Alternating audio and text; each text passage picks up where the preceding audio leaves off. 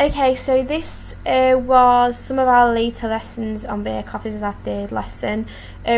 We'd been rehearsing and going over the first two bits that we'd looked at, and we've been looking at the script in more detail. We've been finding the style challenging, to say the least, but because we focused on three different aspects, we've focused at transitions of our piece and the introduction to the piece. We focused on a piece of dialogue where the characters are reacting to each other, the waitresses, and a more sexual piece. And then we tried to focus on one of the monologues. At this point in the play, it's important to understand that Leah is the manager and she is dead, and Peter is Eddie, who has killed the manager, who was a he at this point, and I am the waitress. In the story of Oedipus, the manager is my husband, and Eddie, the waitress's husband, and Eddie is the daughter, as the son. So this isn't known to any of the characters yet, and obviously the manager is dead.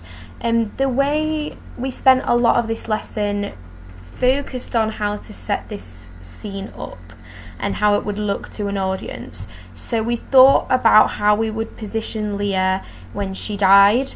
We thought about all these initial ideas and how it would work.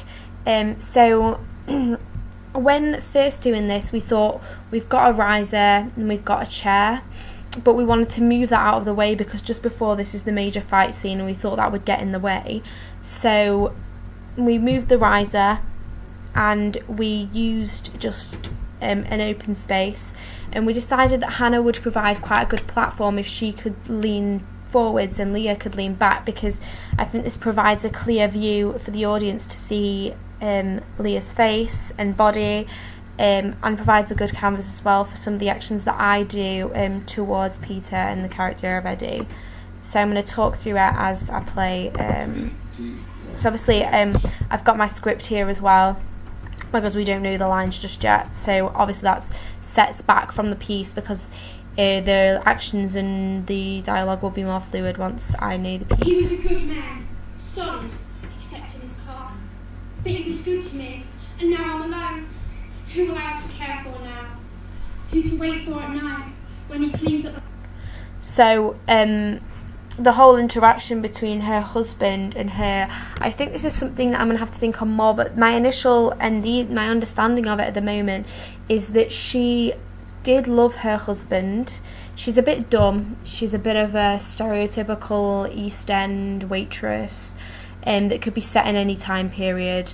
And she did really love her husband, but I think that she's a bit of a slut in the sense that her interaction towards Eddie is immediate after her husband's death. She starts to come on to Eddie, and it's sort of the confusion that lies underneath all of this, and whether she didn't realise it or not, or whether she feels so dependent that she needs a man, and it's all these gender stereotypes that they're playing on here. I think my interactions at the moment between the physicalisation of it needs to be bigger, but I think it needs to be more comical, especially after this. I got a note from Chip saying that it felt too serious, it felt too much, and it needed to be more comical. It needed to have more over-exaggeration and not to be serious, because this part isn't serious and it's not really Birkhoff style intended. So as I continue to play it, it's not really Birkhoff. Like, I mean, monologues are monologues, so they're obviously just one person speaking, but they need to be more defined in my movements. I tried to define sitting down, but it was hard to balance. It just looks more awkward at this point.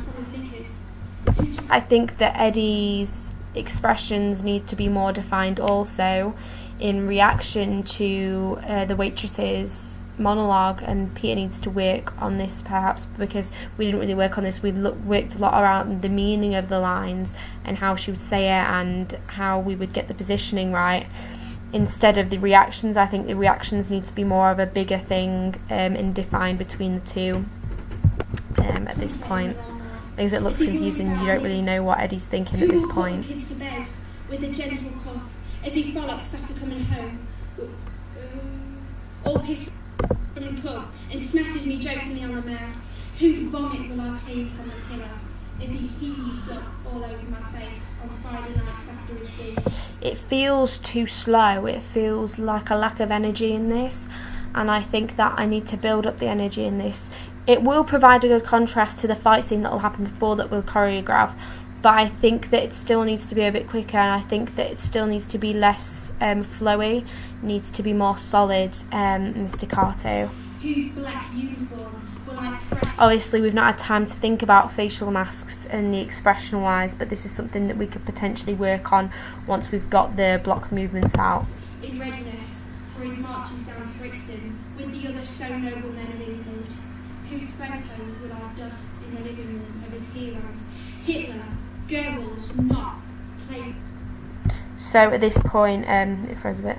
So at this point, this sort of attraction is shown, and I think we could be more subtle with it in some senses, because we told him to look at sort of the more private areas, but I think that we could figure this out instead in a more exaggerated way, so not that the audience feels comfortable, so that the audience is amused by it, and the quickness and the interaction is quite a lot of hidden stuff, because I am acting towards Peter, and I think this detracts from the audience members sitting over this far side or sitting over this far side. You can see it directly from the front, but on the other sides it blocks movement out and the expressions, and it loses quite a lot of the connection between the characters. Goebbels not plays the American.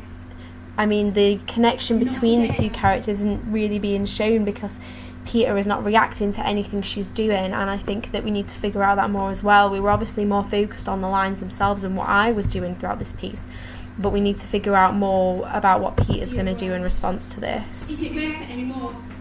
I marry you good English man. That obviously needs to be quicker. I think that's a good idea, the grabbing for reaching out over here, but I think that it needs to be more quicker. I think it needs to be snappier, because it doesn't really add to anything. It doesn't match the same pace that everything has been going at, so I think we need to find a bringing together point for this instead. Where will I find another like that? See what you did? All over a stupid cheesecake. So at that point there is no other noise come together. I think that overall this monologue has some nice bits in it and some bits that we could work with, and it's a definite pace change in contrast to the fight, but I think we need to figure out more about the physicalization, more about the interaction between characters, and more about what these two are doing, because they can't stay up for that long, to provide a shorter and snappier, same sort of Birkhoff sense and style.